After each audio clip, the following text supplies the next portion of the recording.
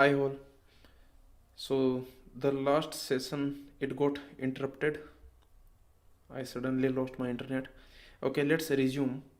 This is what we were discussing. I was telling you about what the definitions of all these standard problems: membership problem, emptiness problem, finiteness problem, infiniteness problem, and so on. Let's discuss. So, what is a finiteness problem? This is basically says that given, you can say, given finite description, like, okay, is the language finite? So this is the problem, you can say. Okay, the name itself is telling you, like, given the finite description, is the language infinite? Next, equivalence problem. What is this equivalence problem? Let's see. So this equivalence problem says that given two finite descriptions, like finite description 1, finite description 2. Next, then we are asking, is language of finite description 1 equal to language of finite description 2? This is the question. Okay, this question, this statement, this is called equivalence problem. Now you can see here, instead of finite description 1, I can put PDA. For example, I can say that given PDA comma CFG. Okay, if both these finite description I am putting from the same language, like, okay, if I am putting PDA comma CFG, if I am putting CNF comma GNF, these type of things. Okay, both the finite description, if they belong to the basically same language class, then I will say that this is a equivalence problem. For example, if I say that given PDA comma CFG, is the language of this PDA equal to the language of CFG? This is the equivalence problem regarding CFL. This is the, you can say, this is your equivalence problem of CFL, and equivalence problem of CFL is undecidable. So this is the point. Okay, next, similarly, this subset problem says that given two finite description, language of finite description 1 is subset of language of finite description 2. This is subset problem. Next, similarly, disjoint problem says that language of finite description 1 intersection language of finite description 2 is equal to 5. Means the intersection is 5, means both are disjoint. Okay, now remember here, if, like, for example, this finite description 1, let's assume this is a you can say CFG, and this finite description 2, if this is PDA, then we will say that this is disjointness problem related to CFL. Okay, disjointness problem of CFL, that is undecidable. Similarly, regularity problem says that given the finite description, is the language of this finite description regular? Okay, so this is your regularity problem. If I give you PDA instead of, in this finite description, if I give you PDA, then it will become language of this PDA equal to regular. Okay, so that will be basically regularity problem of CFL. So what we have seen, basically I have just told you how to interpret this table, this decidability table. Many of you already know. Okay, many times you have seen this table, because but still many students actually they do not understand the actual statements of these problems. Okay, by hearting these problems is also okay. Obviously you should, because some of them you have to by heart. Okay, some of them are very complicated. If you start looking at the proofs are beyond gate level. Okay, so you have to by heart these standard problems, like this 8 or 9. These are the standard problems, you have to by heart them. Okay, and of course some of you can understand, like, okay, these this membership problem of CFL, emptiness problem of CFL, these problems you should understand also. They can ask you, okay, like here they can ask you the statement, they can ask you why this empty problem of CFL is decidable. Because what you can do, you can very easily see whether the starting symbol is nullable or not. There is something called nullable algorithm. So these all these things, I assume that you already know all these things. Okay, like when we do this you can say unit production elimination, okay, null production elimination, at that time we see what are nullable symbols, what are not nullable symbols. There we, if the S itself is you can say sorry, useless. Okay, I should say useless. If this S is useless, then we can say that this you can say that this language is empty. Anyway, the point is that this is the interpretation of these things. Okay, so let's move on and let's take the questions. So you can see here, this is get question, membership problem in context free languages. So this is decidable. This is decidable. Okay, next, whether given context free language is regular. Remember one thing here. What he means when he is saying given context free language, basically he want to say that given a PDA, is the language of that PDA regular. So this is basically regularity problem of CFL. This is undecidable. Okay, regularity problem of CFL. This is a standard problem. Next he is saying whether finite state automata halts on all inputs. This is also decidable, because if you have a finite automata, if you have a DFA, then the DFA will always halt on all the inputs. Okay, whatever input you give to DFA, this will always halt. Okay, it will halt when the input string is ended. At that time it will definitely halt. So this is also decidable. Okay, actually this is a very interesting problem, this problem C. Okay, so like here I am saying that if you have a DFA, will it always halt? Okay, so yes, DFA will always halt on all the input strings, but what about NFA? So let me tell you one thing, that NFA might go to infinite loop, but we can detect it. So there is a difference here. Okay, I don't want to confuse you, that's why I did not want to tell you, but okay, we will discuss this in future, sometime we will discuss. But let me tell you just a small thing. Let me tell you that, okay, wait a second. So I'm saying that just like Turing machine, like in Turing machine also infinite loop is possible, and in NFA also infinite loop is possible. But in Turing machine we cannot detect the loop. Okay, and in NFA we can detect the loop, because we can detect the infinite loop. So that is why this is decidable. Okay, like now how we will detect the loop, that is also very simple. Okay, because in NFA we have very limited, you can say, configurations. Okay, very limited configurations we have. So that is the reason finite number of configurations we have in NFA, because we have a state and we have here we have a symbol. So this is your configuration in a NFA. Okay, so there are only finite number of configuration. That is why we can detect this infinite loop, and that is why this loop does not cause any problem. This loop does not bring any undecidability. But in Turing machine we cannot detect the loop, so that is the problem. But anyway, okay, let's forget about it. And this C, many of you have already by hearted it, that this is decidable. But the reason some students actually I have seen on like, okay, all these questions I have taken from Gate Overflow. On Gate Overflow I have seen this explanation that finite state automata always halts on all inputs, it never goes to infinite loop. That is wrong. Okay, NFA can go to infinite loop, but we can detect once like whether the NFA has gone into infinite loop or not. Okay, so anyway, this is decidable. Okay, so if anyone is curious to know about it, then after GATE exam we will discuss about it. Okay, so not required for GATE exam all this discussion. Okay, membership problem of type 0 languages. Type 0 languages means basically RE languages, and membership problem of RE languages is undecidable. So this is your point. Okay, so you can say which of the following problems are undecidable. Answer will be B, D. Okay, so this will be the answer.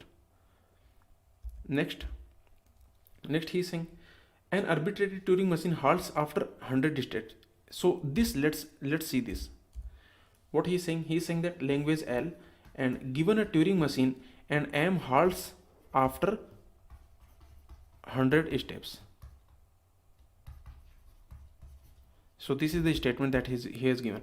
Arbitrary Turing machine halts after 100 steps. So first of all, let's understand what is this step.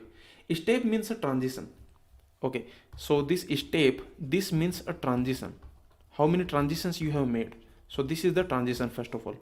Okay, so he is saying that given a Turing machine M halts after 100 steps. Of course he has not given like on all inputs, on some input, all these things. So let's discuss all these things.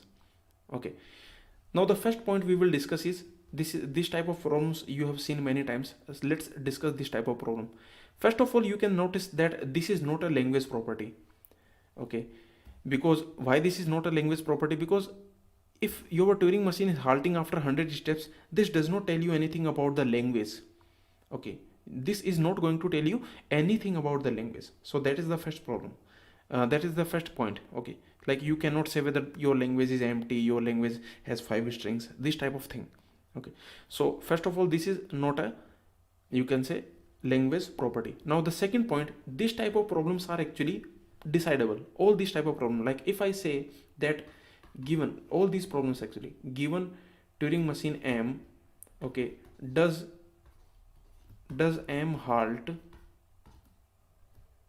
within 100 steps, okay, within 100 steps. If I write like this, okay, either I can write within, or I can write exactly, or I can write after. Okay, so these problems, like, okay, within, exactly, after. Okay, and here I can say that for some input, or I can say for all input. So these actually, you can see there are 6 problems here in on the screen. I have written total 6 problems I have written. The first problem is, given Turing machine, does M halt within 100 steps for some input? Next, second problem, given Turing machine, does it halt within 100 steps for all the inputs? Similarly, okay, like this, here you can see there are total 6 problems. All these problems are actually decidable. Why they are decidable, that is interesting. Okay, so let's just see one by one. So first he is saying that for some input. Okay, so let's check for some input. So whether for some input our Turing machine halts within 100 steps. Okay, so Turing machine halts within 100 steps. See why this is decidable, because what will happen, I will have this Turing machine, whatever string you give me, okay. So for some input, whether this Turing machine will halt. So whatever input you give me, W, for that W, I will only run this Turing machine only for 100 steps, only 100 transitions. So you can see infinite loop is not a problem, because I will only run this M on W for only 100 transitions.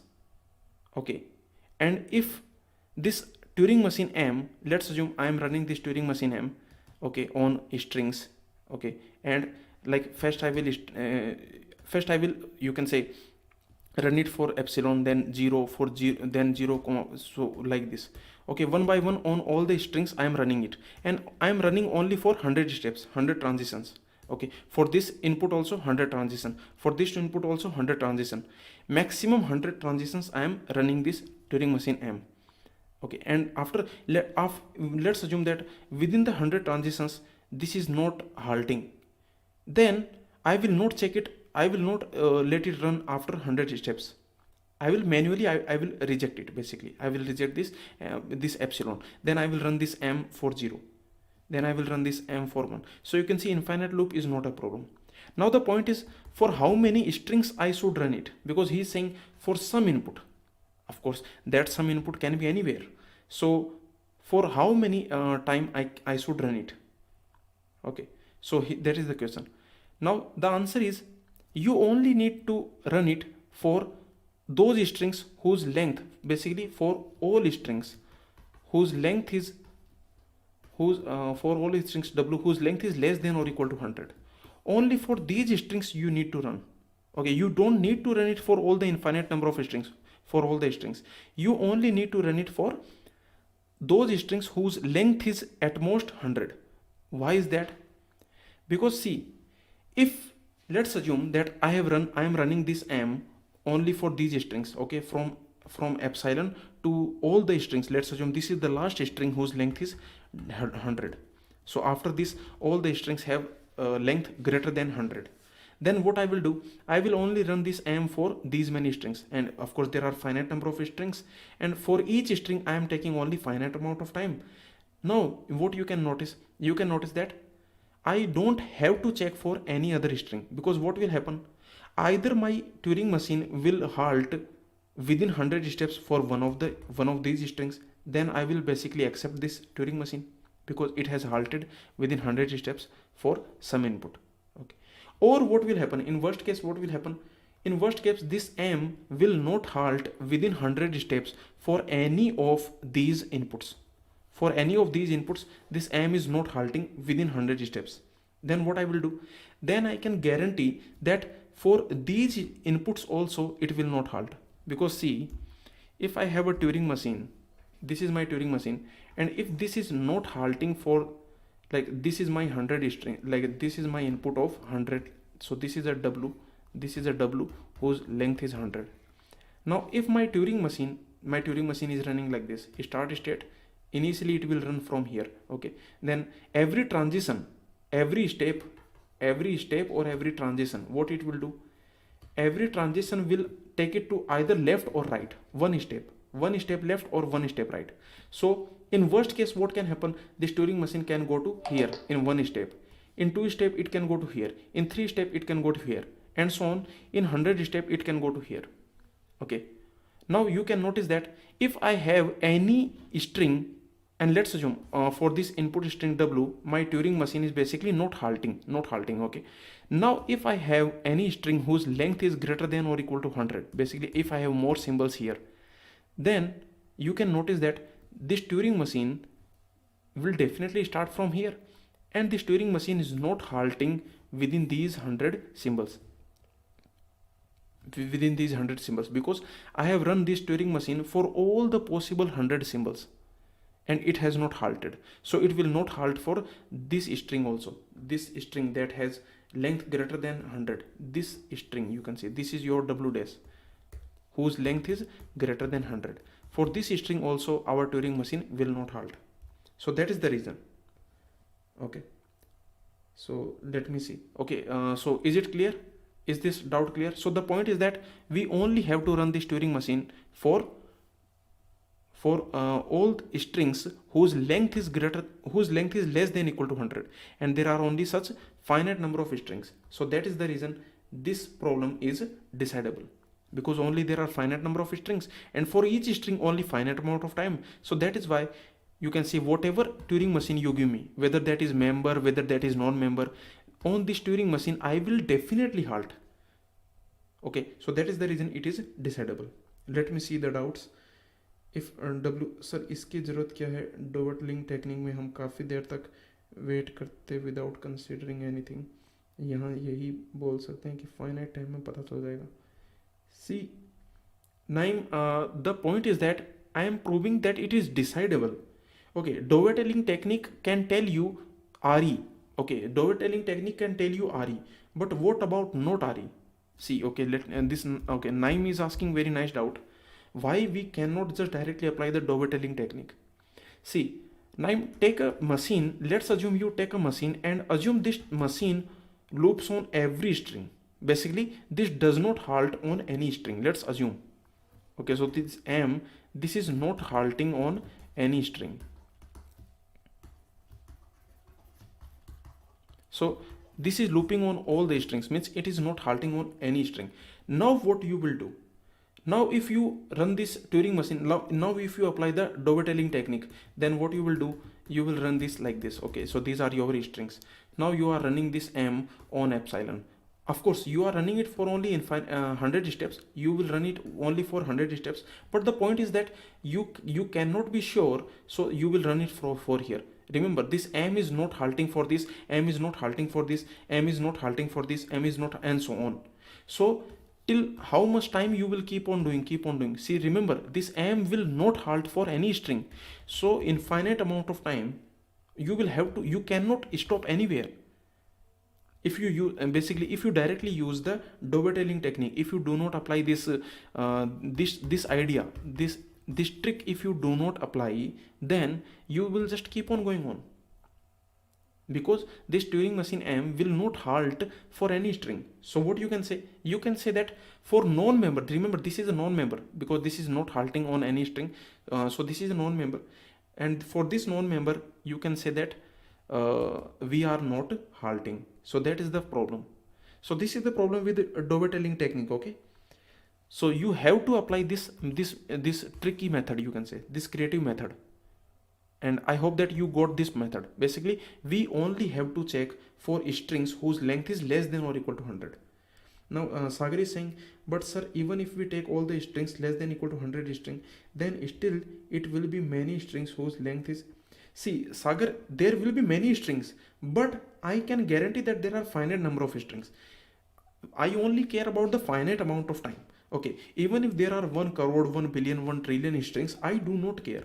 Okay, even 1 trillion strings are also finite number of strings. So remember, see the difference between finite amount of time and infinite amount of time. So even though there are many strings, of course, if you see total number of strings, then that is very huge. Okay, 2 power 0 plus 2 power 1 plus 2 power 2 and so on, 2 power 100. So these many strings, but the point is that they are finite number of strings and hence only finite amount of time. So that is the point. Sagar, is it clear?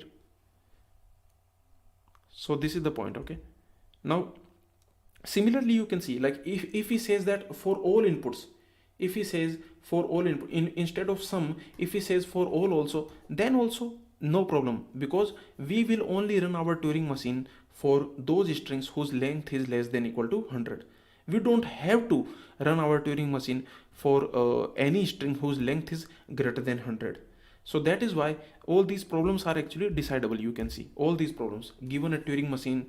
Does this Turing machine halt within 100 steps for some input, within 100 steps for all input, exactly 100 steps for some input, exactly 100 steps for all inputs, after 100 steps for some input, after 100 steps for all inputs?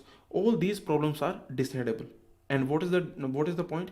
The point is that you only have to check for those strings whose length is less than equal to 100. This is the only thing you need to do, nothing else. You don't have to check for any string whose length is greater than equal to 100. Okay, so that's why all these type of problems are actually decidable. In this one slide you can see there are total 6 questions. Okay, so is it clear? Let me know. So this is how you can do. The only point that you need to understand is that after 100 steps, how? Okay, let's see this. What I'm saying. So consider this problem, like given, okay, consider this problem. L equal to Turing machine answers that M halts after, okay, after, not immediately, okay, any time after.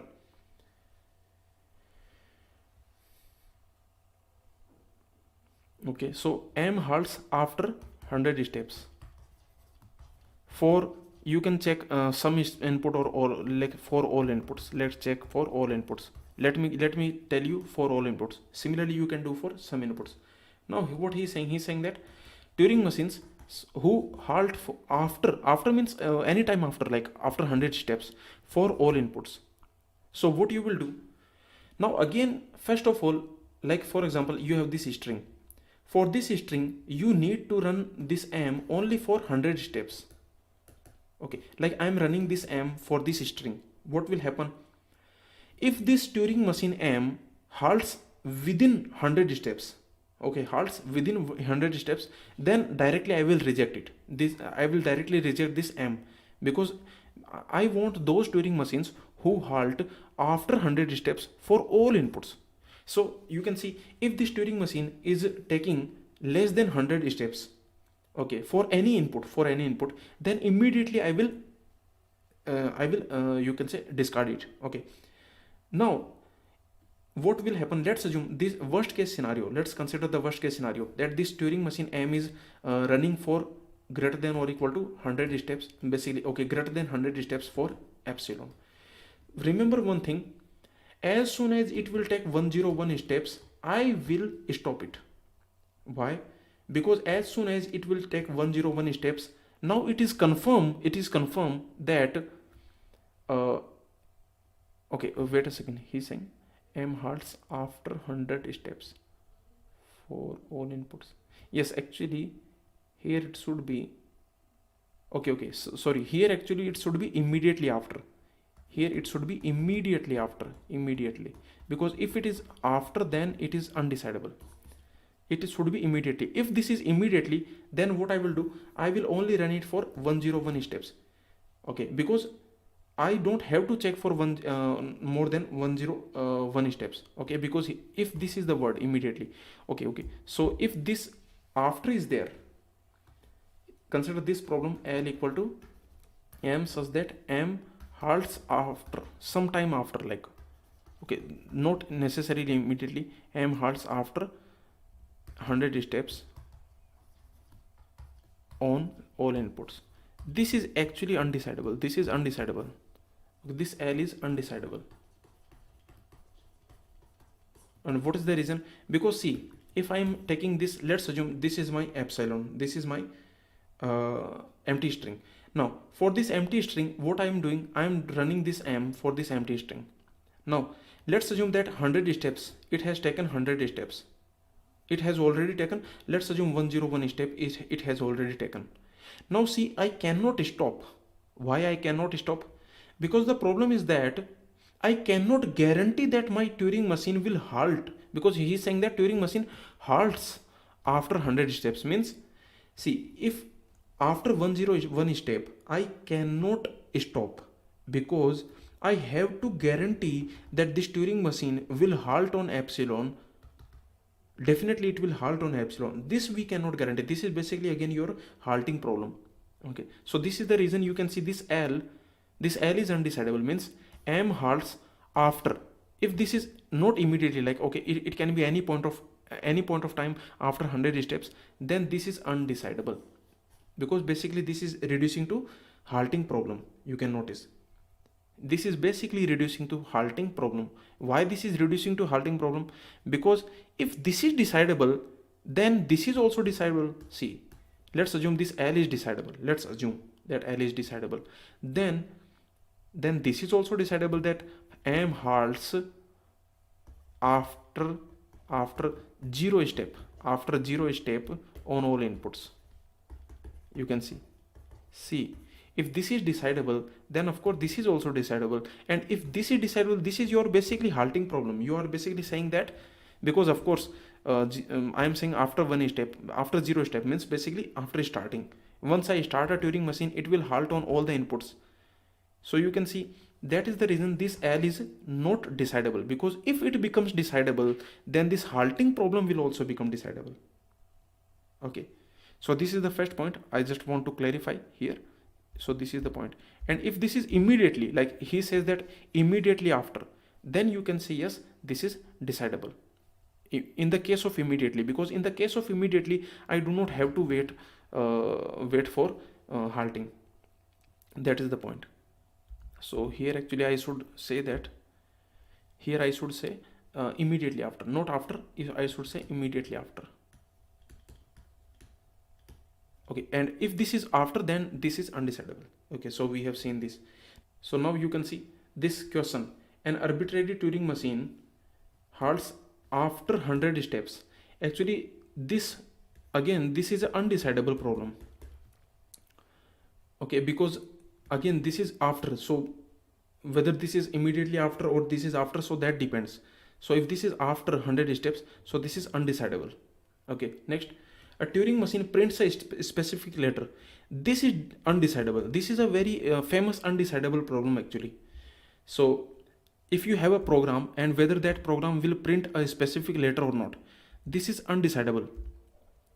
And why this is undecidable, you can very easily prove it. See, I am saying that, so if you have a Turing machine, okay, and whether this Turing machine will print a specific letter,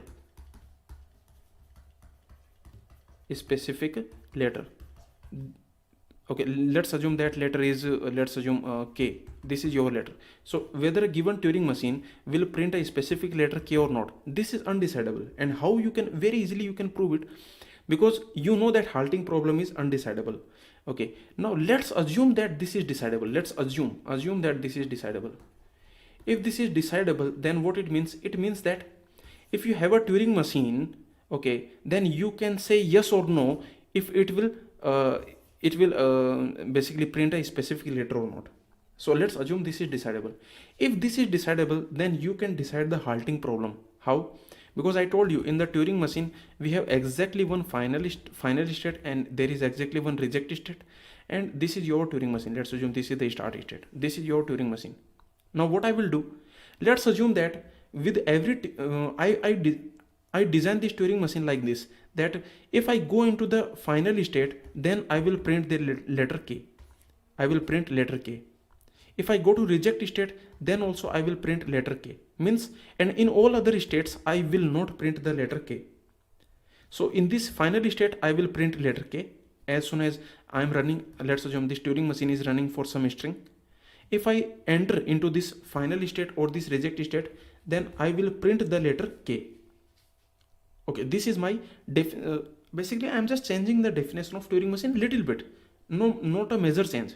This is a very small change. Okay, in all other states I am not printing letter K, and in final state and reject state I am printing letter K. Now you can see that if this problem is decidable, then automatically this halting problem will also decidable. Why? Because what I will do, I will just check like if you give me a Turing machine comma W, if you give me a Turing machine, okay, then what I will check, I will just check whether this I will give this Turing machine to this problem, and if this problem is saying, okay, basically this problem will tell me that it will print this letter K or not.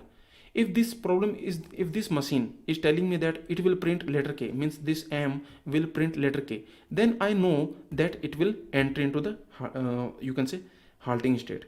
And if it says that it does not print letter K, then I know that it will not enter into the halting state.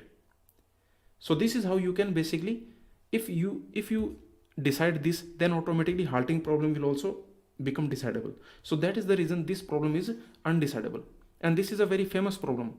Given a Turing machine or given a program, if it will print a specific letter, this is undecidable. So I hope that you got the reason that I gave you. If you did not get it, then anyway, okay, don't worry. This is basically a behavior property of Turing machine. I will tell you one thing. Let me discuss. If you have a Turing machine, then the behavior property of Turing machine are actually undecidable. Okay, so like what is the behavior of Turing machine? That is undecidable. So like I think Naim was asking me which machine properties are decidable and which machine properties are undecidable. So let me tell you which Turing machine properties are decidable. So all the syntax related properties, okay, they are basically decidable,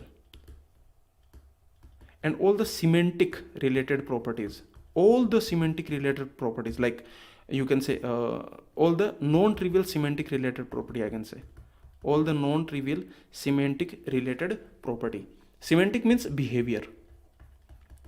Okay, so all the non-trivial behavior related property of Turing machine are undecidable. What it means, for example, a Turing machine prints a specific letter. This is behavior of Turing machine. Here we do not, like you can see in this problem, we are not caring about the syntax, about the exact configuration of the Turing machine. For example, we do not care how many final states are there, how many transitions it will make, okay, how many steps it will make. Okay, so these things we do not care here. Okay, the only thing we care is that you have a Turing machine. This is a black box. Basically think about Turing in the semantic property, in the behavior property, you think about this Turing machine as a black box. We do not care how it is doing things. We only care about the output. This is your behavior property, semantic property or behavior property. It means that we only care about input and output. If I give this input, then it should be the output. I am not caring what is going on inside. Like inside, whether this Turing machine is making all the right moves, whether it is making all the left moves, whether it is taking 100 steps, whether it is taking less than 100 steps. Okay, I do not care about those things. So if this type of property you have, this type of properties are called semantic property, or you can say behavior property of Turing machine. And these things, if this is a non-trivial semantic property, then these properties are undecidable. For example, you can see a Turing machine prints a specific letter, maybe a letter K. Of course, this is a non-trivial property because not all Turing machines print this specific letter K. So first of all, this is non-trivial property. of Turing machine. Remember, I am not talking about RE languages. I am not saying this is a non-trivial property of RE languages. I am saying that this is a non-trivial property of Turing machines. Some Turing machines will print a specific letter, and this is specific letter, whatever this is, maybe letter K. Okay, and some Turing machines will not print it. Now you can see, first of all, this is a non-trivial property of Turing machines. The second thing, we only care about the input and output. Like, I give you Turing machine, you just tell me whether it prints the letter K or not. I do not care how it is printing, how it is running, what it is doing. I do not care about the computation. So that's why this type of property, this is a behavior property. Okay, we are talking about the behavior of Turing machine. What is the behavior? Here I can say, for example, if you have a Turing machine M, and let's assume this is printing letter K, then I will say that this is the behavior of this Turing machine M. How it is doing it, I do not care. So you can see this this problem B is undecidable, and this is a machine property. Even though this is a machine property, but this is a non-trivial semantic machine property. I hope that it is clear.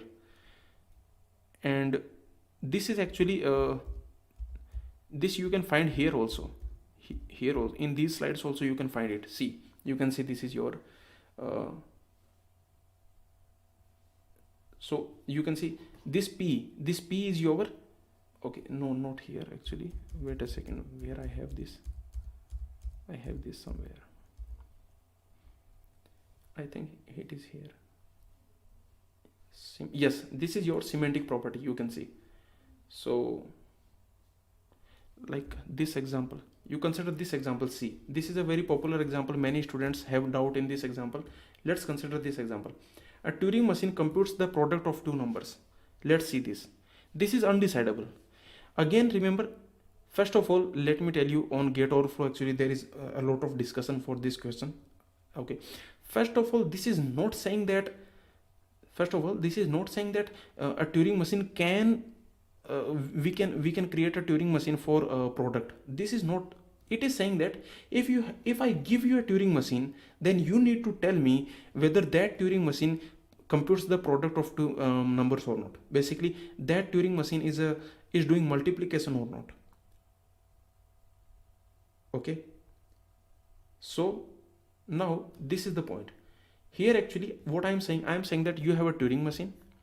I am giving you a Turing machine, and you need to tell me whether this Turing machine is computing product or not. It is multiplying or not two numbers. Okay, so this is what I am interested. Again, you can see this is a non-trivial semantic property of Turing machines. Okay, because first of all, not all Turing machines compute the product. Of course, we have some Turing machines which will compute the product, and some Turing machines which will do not compute the product. Maybe you have M1 which is doing addition, and you have M2 which is doing multiplication. So for this Turing machine, you should say false. This Turing machine is doing addition. So for this Turing machine, you should say no, and for this Turing machine which is doing multiplication, you should say yes. So again, this is a semantic property. Why? Because I only care about the output. Like, I give you a Turing machine, you just tell me whether this is computing the multiplication or not. So this is again non-trivial semantic property of Turing machines, and that's why this is undecidable. So for this question, actually, you can read my answer also on gate overflow. You can read my answer. This I have written here. This is the answer that I have written there. Okay, like Rice theorem. Okay, this actually I should not say Rice theorem, because Rice theorem do not apply to machine property. But the point is that if you have a non-trivial semantic property of Turing machine, that is undecidable. Semantic property means it depends on whether the machine halts or produces a particular output for each input. Basically, we are only interested in the output. We are not interested in the details of the computation. Okay. So this is the semantic property, and that's why this option C, this is undecidable, this is also undecidable, and this is also undecidable. So all of them are undecidable. So you can read my answer for this question. Okay, for this question you can read my answer also on gate overflow. So this is the answer actually. You can just go through it. Next, he is saying that the halting problem of Turing machine is undecidable. Yes, this is correct. Next, he is saying determining whether a context free grammar is ambiguous or not. This is also undecidable. Yes, actually for context free grammars the ambiguity problem is undecidable. What is ambiguity problem? Ambiguity problem means given a context free grammar, whether it is ambiguous or not. Okay, given context free grammar G, whether it is ambiguous or not. So this ambiguity problem for context free grammar, this is undecidable. And this ambiguity problem for regular grammar, that is decidable. For regular grammar it is decidable, for context free grammar it is not decidable. Okay, next, given to arbitrary arbitrary context free grammar, it is undecidable. This is language equivalence problem, I told you, because you have two finite description. Basically you have two context free grammar, and then he is asking whether the language is same or not, whether the language is same. So this is equivalence problem, and this is also undecidable. So this is basically undecidable. Yeah, I can say that this is correct, and this is also correct, and this is also correct. Next, he is saying that given to regular grammar, is it undecidable? See, this is your equivalence problem for regular languages. This is decidable, so this is false. So he is asking false, so the answer will be option D. Okay, so these are standard problems you can see. In the GATE exam, let me tell you that from CFG, from context free grammars, from DCFLs, from all these things, except for Turing machines, from all these things, they will only ask you standard problems. Okay. Now let's see this. Which of the following is not decidable? Given a Turing machine, a string S and an integer K, M accepts S within K steps. This is decidable. See, this we have already seen. He is saying that I give you a Turing machine M, I give you string S. Wait a second. I give you Turing machine M, I give you string S, and I give you input K. And now he is saying M accepts S within K steps. Yes, this is decidable. Okay, because what you will do, the same logic we will apply. Okay, as soon as you give me M comma S, okay, comma K, what I will do, I will run this M on S only for K steps. So only for K steps I will run it. So there is no infinite loop problem. You can see there is no looping problem here, because I will run this Turing machine M on this S only for K steps. If within the K steps it is halting, it is accepting, then that is fine. If it is not accepting, then also that is fine. So that this is how you can say this is decidable. The same logic we will apply, because within K steps we only have to run for K steps. Okay, so we don't have to you can say the infinite loop is not a problem. Next, he is saying equivalence of two given Turing machine. Equivalence problem, remember this is saying equivalence problem. So this is equivalence of two Turing machine means LM1 equal to LM2. This is equivalence of two Turing machine. So that's why this is also undecidable. This is decidable, this is undecidable. Next, language accepted by a given finite state machine is not empty. This is decidable. For finite automata, you can say this is your emptiness problem basically. Okay, or you can say this is non-emptiness problem, and this is decidable. Language generated by context free grammar is not empty. This is also decidable. For context free languages, you can say this emptiness problem, and this is decidable. Emptiness problem is decidable, so its complement is also decidable. Means you know that decidable complement is decidable. So if emptiness problem is decidable, then non-emptiness problem is also decidable, because remember, complement of decidable is decidable.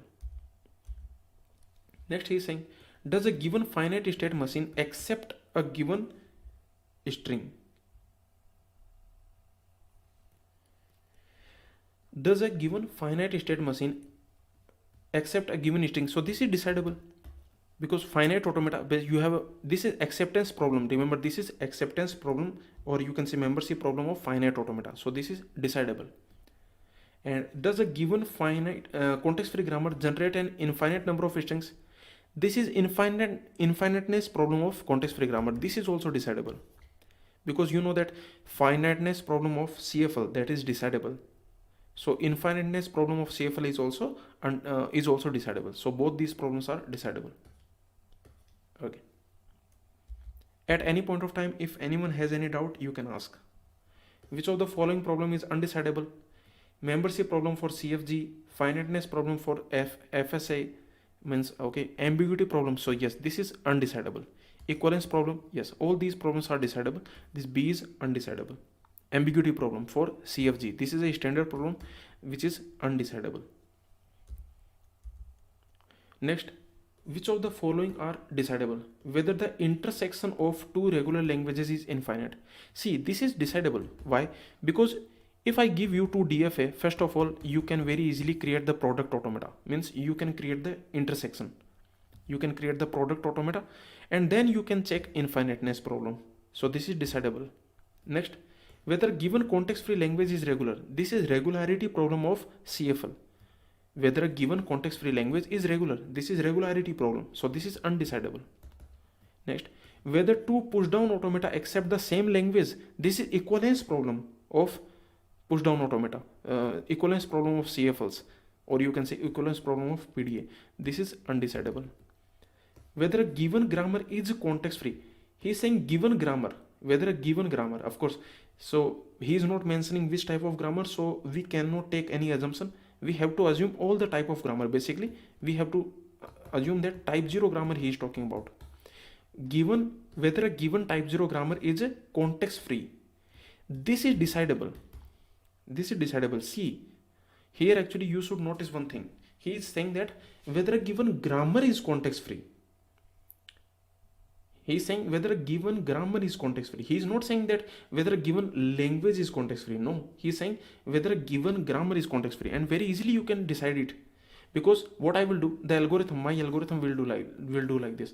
You give me any grammar you give me, I will only check all the productions. I will check all the productions, and in all the productions on the left hand side there must be exactly one variable. There must be exactly one variable. This is the only condition of, this is the definition of CFG. This is the definition of context free grammar. So if you give me any grammar, then I can very easily decide just by looking at the grammar, just by looking at its syntax, I can decide whether this grammar is a context free grammar or not. I only have to check the syntax, nothing else. Only I have to check the syntax. For example, if you give me this grammar like A goes to B, if you give me this grammar, then I can directly say that no, this is not context free grammar. If you give me this grammar, then I can directly say yes, this is context free grammar. So this is decidable. Answer will be what? He is asking which of the following is decidable. So answer is first and fourth. Answer is option B. Here if he says like this, let's assume here if he says whether a given grammar generate a context free language, whether a given grammar generate context free language, now this is undecidable.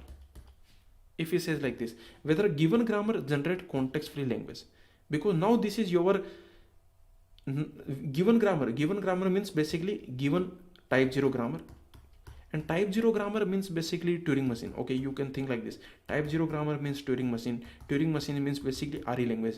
He is basically saying that given RE language, is that RE language a context free language? This is the point. Whether a given RE language is context free language or not. This is undecidable.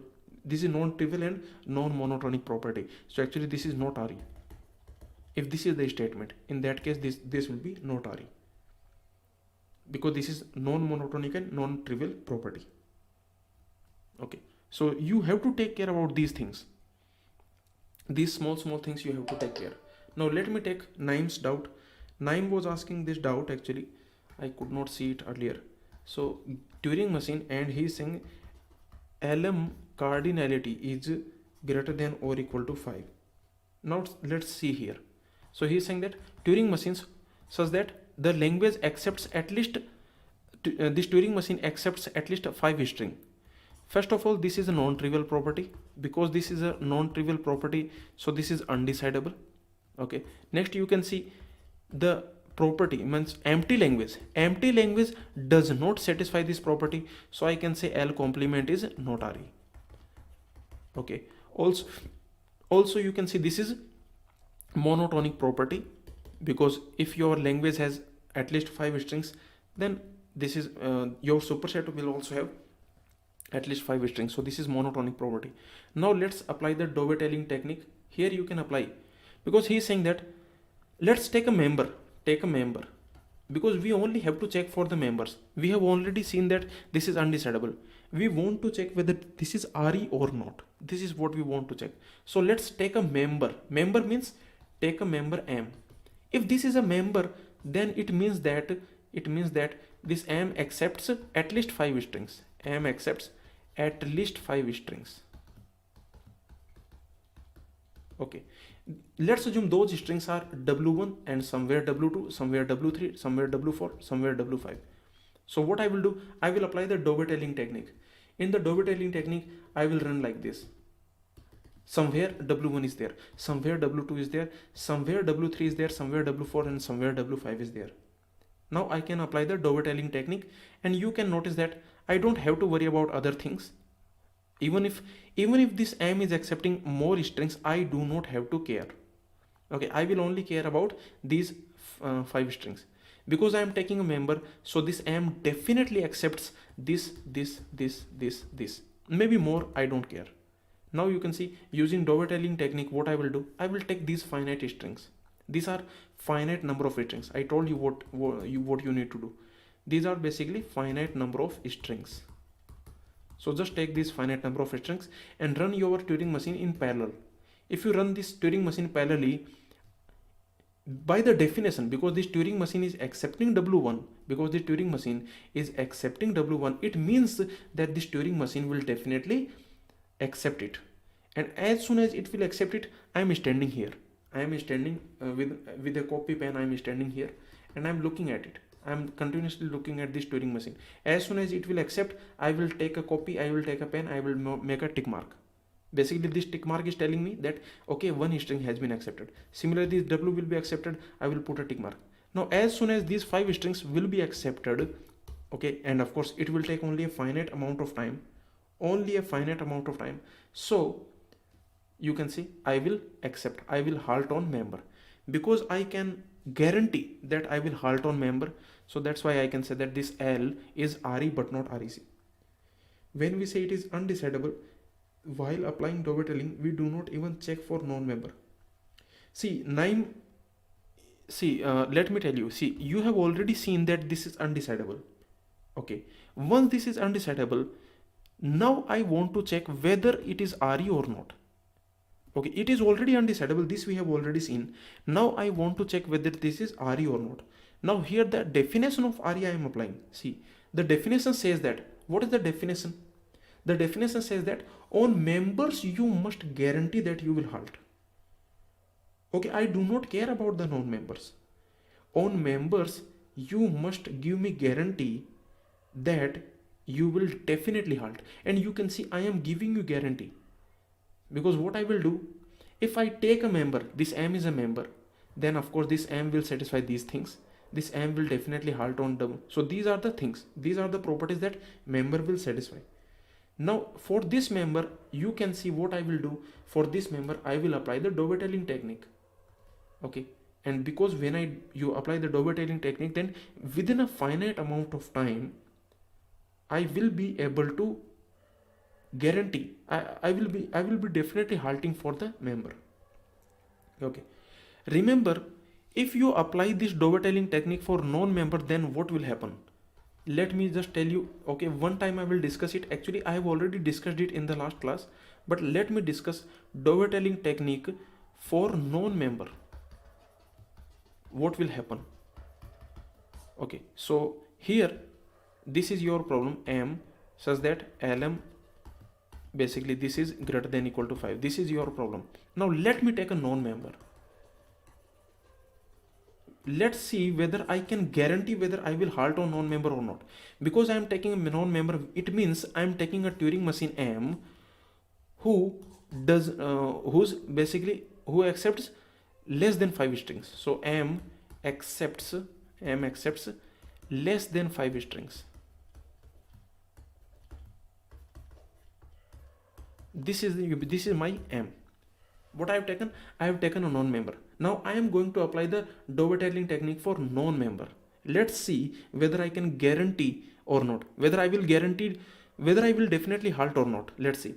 Now you are applying the dovetailing technique 0 1 and so on. Okay, let's assume somewhere you have w1. Let's assume this l of m, let's assume this l of m is w1 w2 w3. This is your l of m, w1 somewhere, w2 somewhere, w3, and like this. Now if you apply the dovetailing technique, then okay, these are the finite number of strings, you are applying the dovetailing technique. Of course, definitely by the definition of Turing machine, because m is accepting w1, so it will definitely halt. It will definitely halt. M will definitely halt. But can you halt? This is the point. Can you guarantee? Can you definitely halt here? No, you cannot guarantee, because you have to make sure that this m accepts less than 5 strings. You have to make it sure. And just because m is accepting these 3 strings, this does not tell you that m will not accept any other string. This does not tell you. So you cannot stop here. This is the point. You cannot stop at any point of time. You cannot stop. Let's assume you are stopping here.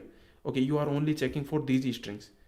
Then also you cannot be sure whether this remaining strings will be accepted or not. Are you getting my point? Because see, now for a non-member, if I apply the dovetailing technique, then the point is that I cannot guarantee that I will stop within a finite amount of time. I cannot guarantee that I will halt within a finite amount of time, because I will have to make sure that this m does not accept any other string. So is this point clear? 9. So this is the problem, you can say. This is why this this is undecidable, because for non-members we may not halt. Okay, for the non-members, you can see we may not halt. So that is the problem. Okay, but anyway, if you got it, then that is fine. If there is any doubt, you can ask me. Okay, but anyway, the point is that once you apply this non-trivial trivial property, it will directly tell you undecidable, decidable. If it is decidable, then there is nothing to check. If it is undecidable, then you can check these things. You can check like empty, like monotonic, non-monotonic property. These things you can check. Okay.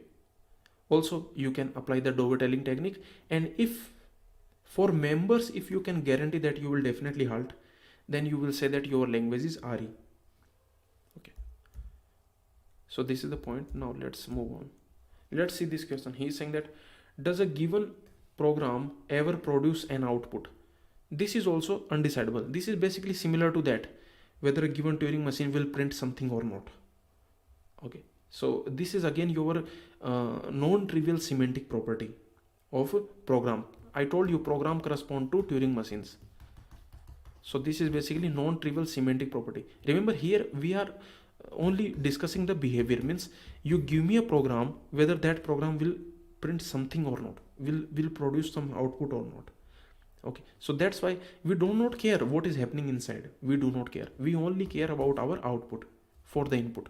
I give you a program, you just tell me whether it will produce output or not. So that's why this is your undecidable. Next, let's see. So this is undecidable. If L is context free language, then L complement is context free. This is also undecidable. But remember, even though this is undecidable, but the reason is we will have to prove it using reductions. Okay, and that is beyond gate level. But this is a standard result. That's why they are asking it. Okay, L is context free language, then L complement is context free. This is undecidable. But I have seen some students actually, they give this reason. They will give this reason that because context free languages are not closed under complementation, because they are not closed, so it is undecidable. That is a very incorrect reason. Okay, so let me tell you, not closed does not imply not decidable. This is the first thing I would like to tell you. Many students actually they give this reason. Actually on Get Overflow you can check it out. most of the answers have given this reason, that just because L is context free languages are not closed under complementation, so they will say that because this is not closed, so this is not decidable. This is not the reason. The actual reason is by the reductions. Okay, from the reductions the actual reason will come, but this type of thing, they are beyond gate level. Now let me just give you the proof that not closed does not imply not decidable. Let me give you the proof of it. Consider this. Consider this what I am saying. Regular set of regular languages. Consider set of regular languages. Basically, consider regular set. Okay, in this regular set means set of regular languages. But here I am just removing empty set. Okay, like in the set of regular languages, this is my set of regular languages. Let me remove empty set. Basically, in this we do not have empty set. This is a regular language, but this we do not have in the set. Okay, let me just write it like this. This we do not have empty set. So in this is basically set of regular languages except empty set, except phi. Okay, this empty language does not present in this. Now you can notice that this set, this set, okay, this is regular set except phi, you can see this set, okay, whatever this set is actually closed. This set is actually not closed under intersection. If you see, this is not closed under intersection, first of all, because if you take the intersection, you can see that like if you take a regular language L, let's assume this is a regular language, then take its complement, that is also regular language. Now let's assume this is non-empty, so L is here, of course L complement is also here, but you can see L intersection L complement will be phi, and you can see this phi does not belong to this set, so this set is not closed under intersection. Okay, but still for this set you can still say that this emptiness problem, okay, this all these problems are actually still decidable. You can see, are you getting my point? I am saying that this set is not closed under intersection, but still this problem, what problem, given L1 comma L2, does L1 intersection L2 equal to phi? This problem means basically this disjointness problem is also decidable for this set. So you can see, even though it is not closed under intersection, but still this problem is decidable. So I hope that you are getting the reason. Basically, the not closed does not imply not decidable. This is the first point. Okay, so anyway, so this is undecidable, but you will have to by heart it. Okay, if you want the reason, then you will have to take the course in IIT, IISc, whatever. If L is regular language, then L complement is also regular. See, this is decidable. Why this is decidable? Because this is trivial. It's like this. I tell you that I am giving you a regular language, and you have to tell me whether the L complement is regular or not. This is trivial, because what you will do, you will directly say yes. So this is trivial thing. If I am giving you regular language, then I am asking you question that, okay, this is regular language, take it. Now tell me whether L complement is regular or not. Okay, then you will directly say yes, because L complement will always be regular. So this is actually trivial property, you can say. This is trivial thing.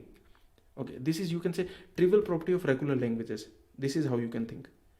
Trivial property of regular languages. Hence, every trivial thing is decidable actually.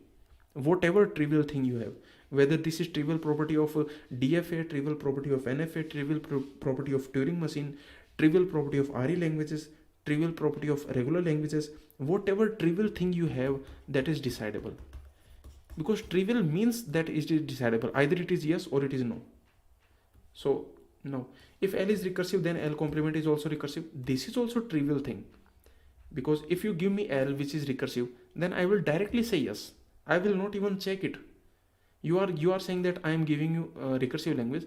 Now tell me whether L complement is recursive or not. I will not even check it. I will directly say yes, because this is trivial. So that's the reason. So this is also decidable, and hence the answer is, he is asking decidable. So 3 and 4th answer will be option D. This you can check. Which of the following are undecidable? G is a CFG, LG is phi. This is emptiness problem of CFL. This is decidable. G is a CFG, LG is sigma star. This is universality problem. There is something called universality problem. What is universality problem? This is basically saying that the language of the given finite description is sigma star. This is universality problem. Trivial property of everything is decidable. Okay, trivial property of, even if I ask you this statement, given not-RE language, I am giving you not-RE language, given not-RE language L, is it accepted by Turing machine? Is it accepted by some Turing machine? Let's assume this is your problem. This is also decidable, because this is also a trivial thing. Because if you give me a not-RE language, then I can directly say, I will directly say no, this is my algorithm. You want an algorithm, I will give you algorithm. My algorithm is directly saying no. You give me any not-RE language, I will directly say no. Because for not-RE language, we do not have any Turing machine. Here actually there is one interesting point here. How will you give me not-RE language? You cannot give me not-RE language. That is the point. Like if I say that give me regular language, given regular language, if I say this, given regular language means you cannot give me regular language. You can give me regular expression, you can give me DFA, you can give me NFA. Okay, but how can you give me regular language? If you want to give me regular language, then either you will have to give me regular expression. You will say that okay, this is the regular language. So you can see the point is that giving not regular language is not possible. But anyway, the point is that if they ask you this question, then this is decidable, because this is a trivial thing. But they will not ask you this question, because this is, you can say, this is senseless. Given not-RE language, how can you give me not-RE language? For not-RE language, we do not have any finite description. For regular language, I have finite description, like DFA, NFA, regular expression. These are finite description for regular languages. But for not-RE language, we do not have any finite description. How Turing machine will know that coming language is not-RE? See, Uzefa, you understand this point. First of all,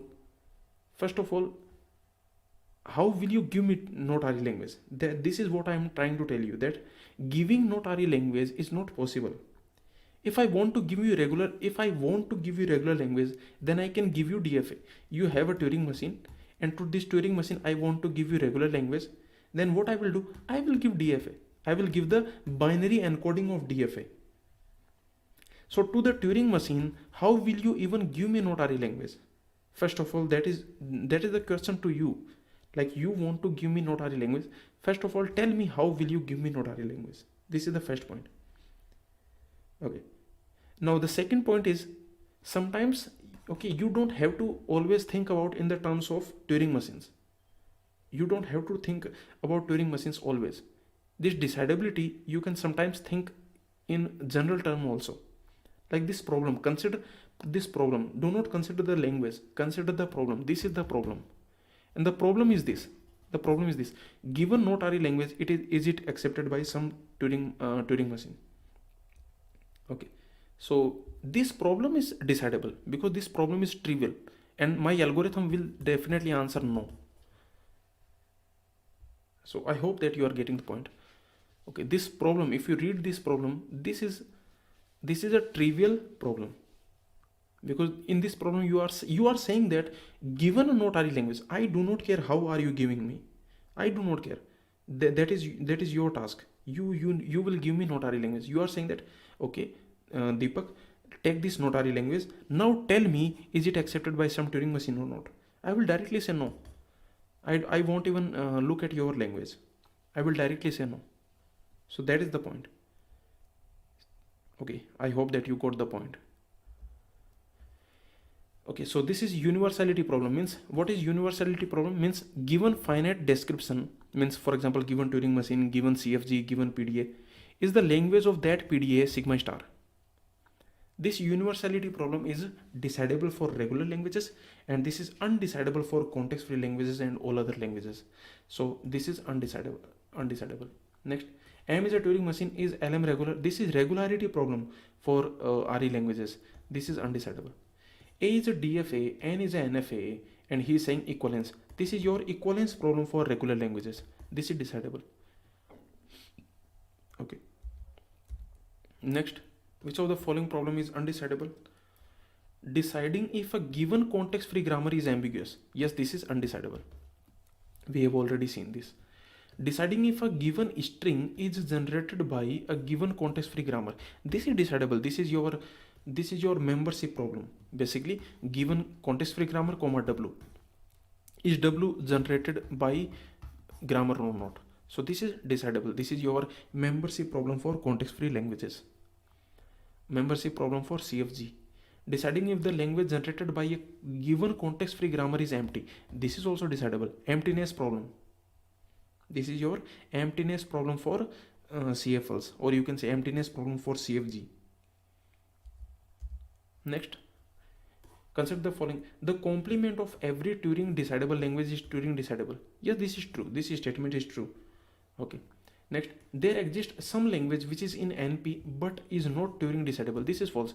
Actually, this PNP is not in the syllabus, but let me tell you. Okay, this class of NP is like this. This is your class of NP problems.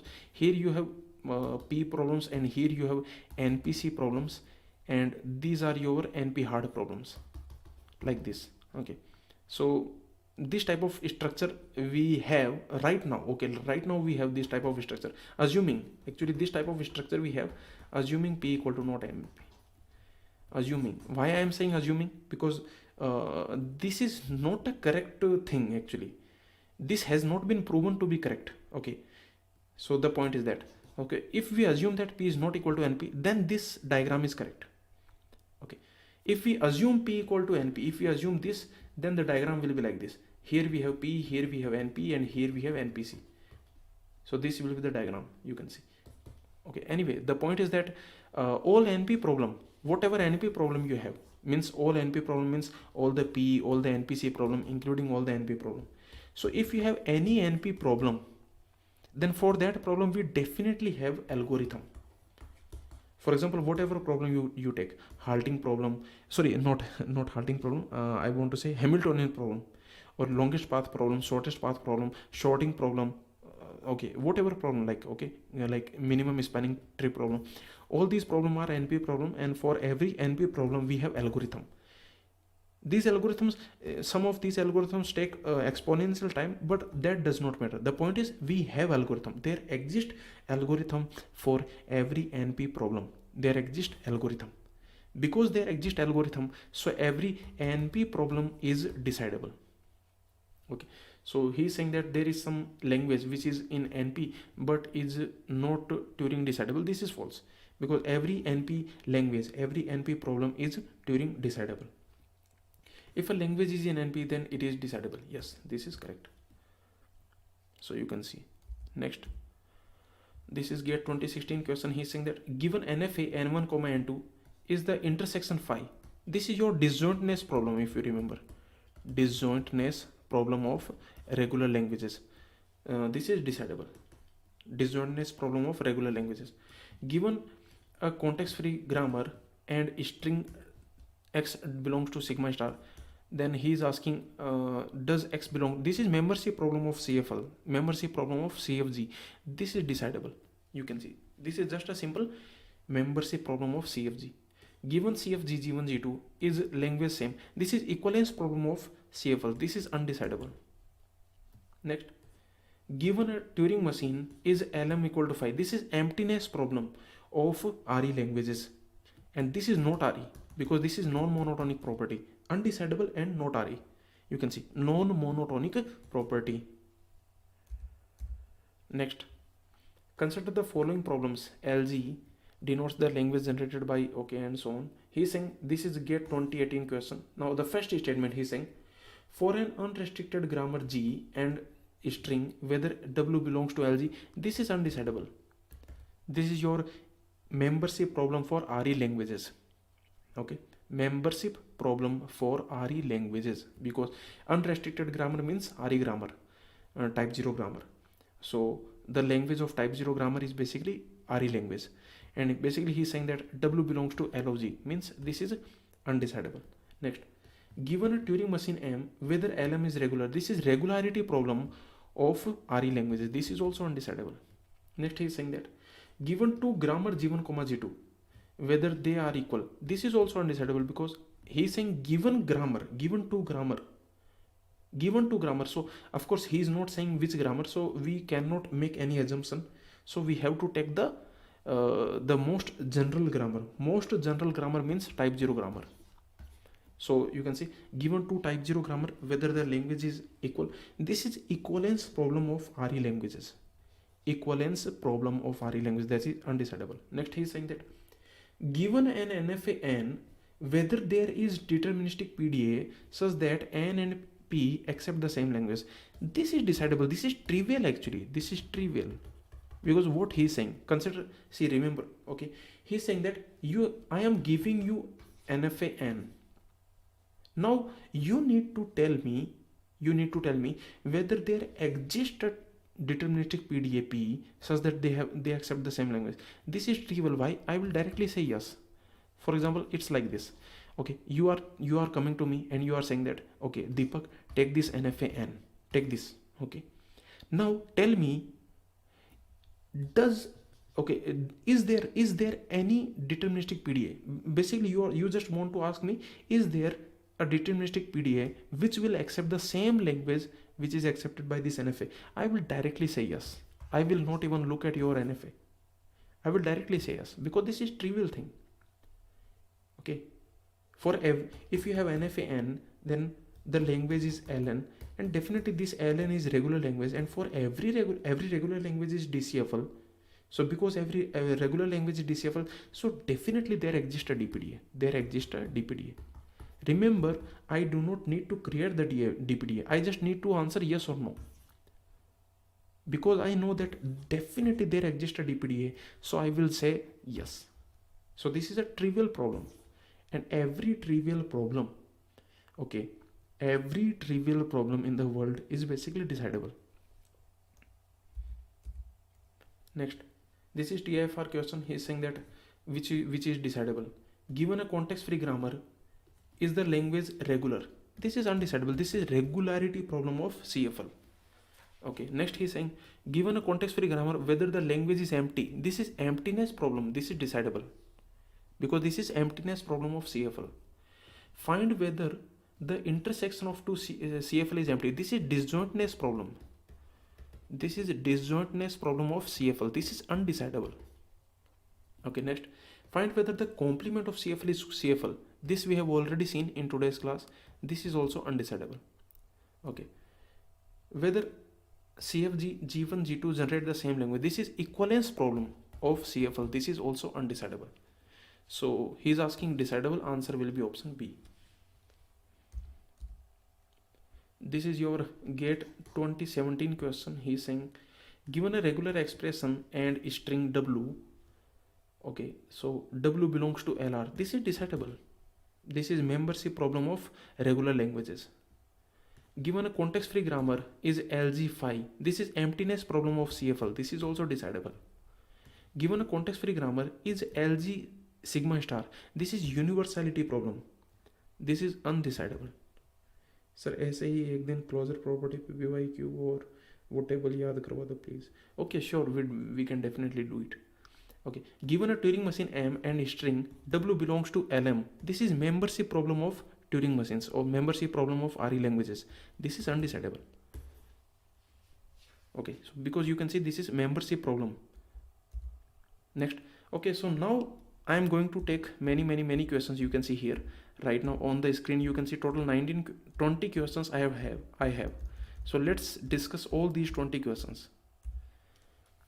First question. Okay, so this is basically kind of rapid fire. Okay, now let's see the rapid fire round. He's saying set of Turing machines. M is a Turing machine, and he's saying there exists an input on which M halts in less than M inputs, M steps. This is decidable. And this is a very interesting problem. What he's saying, see, okay, notice that he's saying that those Turing machines for which there exists an input, on which m halts in less than cardinality of m steps. This is decidable. Why this is decidable? That is interesting, because see, remember, what is this? This is your encoding of Turing machine. For example, let's assume this is the encoding of Turing machine. Let's assume this is some Turing machine. Then if I say what is cardinality of m, cardinality of m means what is the length of this, basically, because this Turing machine I am representing using this binary string. So 1 2 3 4 5 6 7 8 9. So the cardinality, you can say the cardinality of this m, this is basically 9. Now he is saying like this, what he will give me a Turing machine, and for that the encoding of Turing machine he will give me, and for that encoding he is asking, do we have some input, some string which on which m halt within these many steps. This is the question. See, this is decidable, because what I am going to do, first of all, you will give me this m, I will first of all count, of course, because as soon as you will give me this encoding of Turing machine, very easily I can count. I will just count what is this. Let's assume this is 50. You can say this counting is very easy. Okay, this is counting is decidable. You give me a string, then if I just need to count how many symbols are there in this string, what is the length of this string, that is decidable. Very easily I can just count. Okay, so now first I have counted. Yes, I counted that this is 50. Now what I will do, now this is your problem that we have already discussed.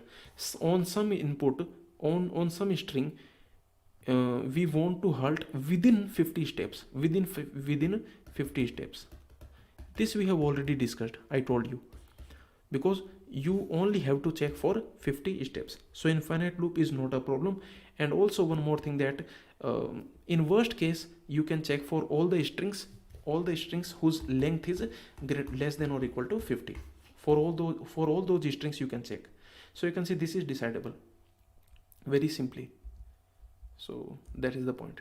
Okay, so this problem, this L1 is decidable. Next he is saying L2.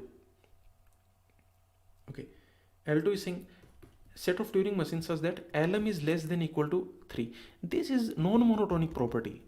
Non-monotonic, nothing. Okay, just directly apply non-monotonic property, because this is saying that M is a Turing machine, and this is language property. This is saying that language of Turing machine is less than or equal to 3. Basically, okay, cardinality of language of Turing machine is less than equal to 3. This is a non-monotonic property, because you can see phi is satisfying this property, sigma star does not satisfy this property. So that's why this is non-monotonic property. Okay, hence I can say this L2 is not RE. Let's see L3. L3 is saying that M is a Turing machine and at least 3 strings. This we have already discussed. We have discussed about 5 strings. So this we have already discussed, and I can say that this is your RE but not REC. This is a non-trivial property, RE but not REC. This we have already seen. In today's class we have already seen this. So I can say this L3 is RE but not REC. This L3 is RE but not REC. Next, L4. Set of Turing machines such that M is a Turing machine that accepts all even numbers. This is a non-trivial property. First of all, you can very easily see this is a non-trivial property, because and remember, this is a language property, because this is saying that Lm is equal to all even numbers. Even numbers means epsilon, 0 0 0 1, basically all the even length strings. Okay, like this, all even numbers. Okay, like here even numbers, okay, which are divisible by 2. Okay, sorry, which are divisible by 2. So like 0 0 0, not 0 1. Okay, 0 1 will not be there. Even numbers. Okay, so of course this is very simple thing, like the language. If I want to write down the language, then I can write like this. The language of this M, if I want to write, then this will be epsilon 0 0 0 1 0 100 like this. This will be the language, because you can see all these are even numbers. Now of course this is a non-trivial property. Because this is a non-trivial property, so you can directly say that this is undecidable. And you tell me whether this is monotonic or non-monotonic. Can you tell me whether this is monotonic or non-monotonic? This is actually non-monotonic property. Non-monotonic property. You can see this is non-monotonic property. Why? Because see, you take a language who satisfy this property, and what is that language? That language is like this. That language is like this. Basically all the even numbers. Okay, 0, 0, 1, 0, and so on. Okay, so this is your language. Now if I add one more string, for example, I am giving you a superset L2, and this L2 is a superset of L, and what I am doing, I am just adding one more string 0, 1. You can see, yes, L2 is a superset. M is a Turing machine that accepts all even numbers. Sorry, he's saying M accepts all even numbers. So actually he's saying that M accepts all even numbers, but it can accept anything else also. Like it's like this. We can say that every even number belongs to this. So okay, wait a second. Here actually he is not saying, he's saying that M is a Turing machine that accepts all even numbers. It's like this. If a Turing machine accepts epsilon, it means that epsilon belongs to language of Turing machine.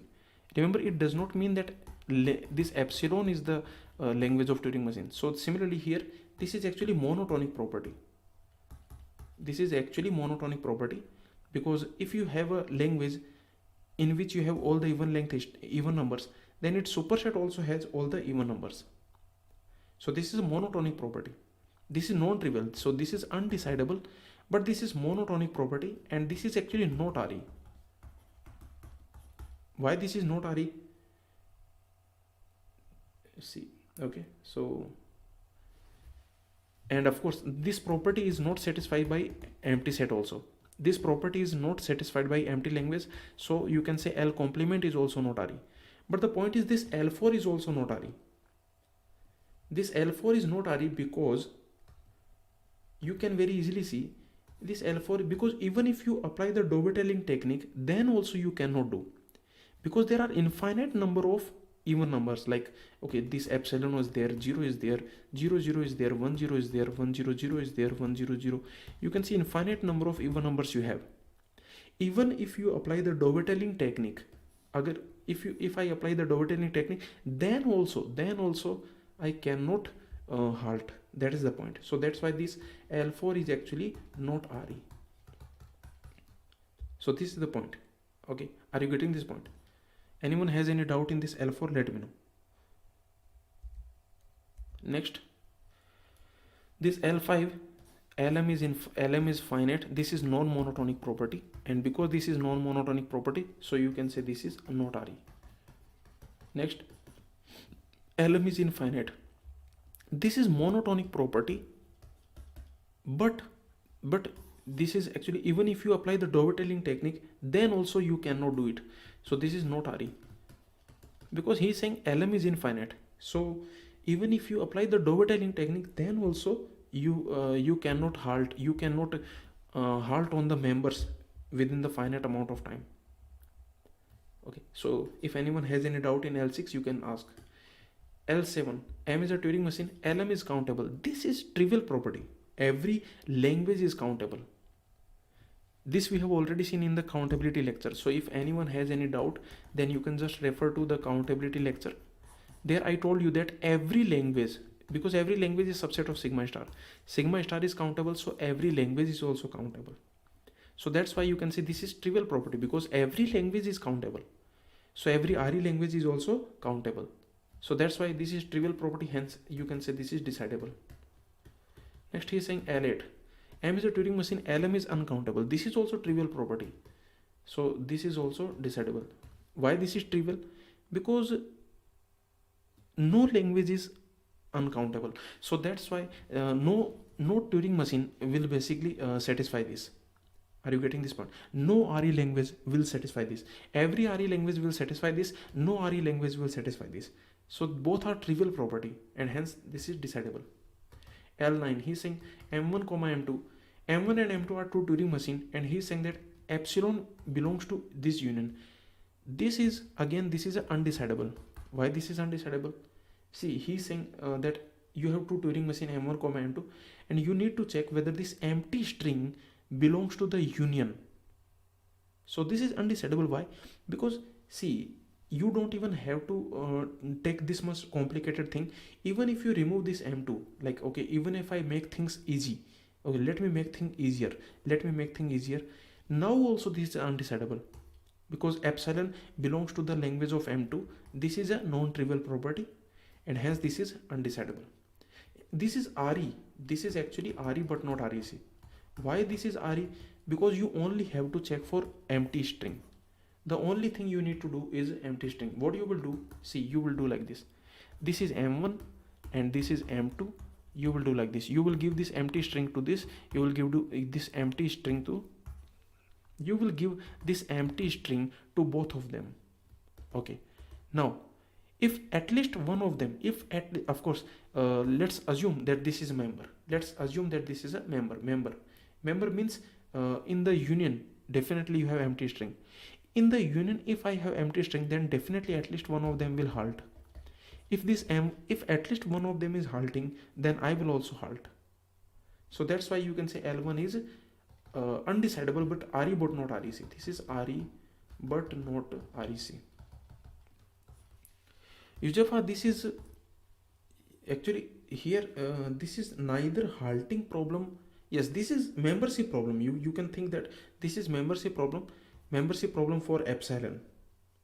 Okay, this is you can think like this. Okay, this is somewhat membership problem, because in the membership problem we give a input string, but this is actually a little bit different, you can see, because in the membership problem what we do, we give a machine and we give a input string. Here he is giving us two machines, M1 comma M2 are given to us. But anyway, first of all, you can notice that this is undecidable. This is the first thing that you can notice. Why this is undecidable? Because this is much harder problem than you can consider a very simple problem. Okay, let's assume that M2, let's assume that LM2 is 5. Let's assume. Okay, so even if you remove this M2, even if you remove this, then also this is by Rice theorem, this is undecidable problem. You can see by Rice theorem. So you can see, even though I have made it easier, but still it is undecidable. So if you keep this M2, then also it is undecidable. Now this is RE. Why this is RE? Because if you take a member, means if you take M1 comma M2 such that epsilon belongs to the union of LM1 comma LM2, then what you will do, you will give this empty string to both M1 comma M2. At least one of them will definitely halt. Okay, because I am taking the members, so that's why at least one of them will definitely halt, and if at least one of them will halt, then I will also halt. So that is why you can say this L1 is RE but not REC. Yusufa, let me know if you have any doubt. So we will continue this tomorrow. Some more problems are there. Okay, almost 20 problems we need to see.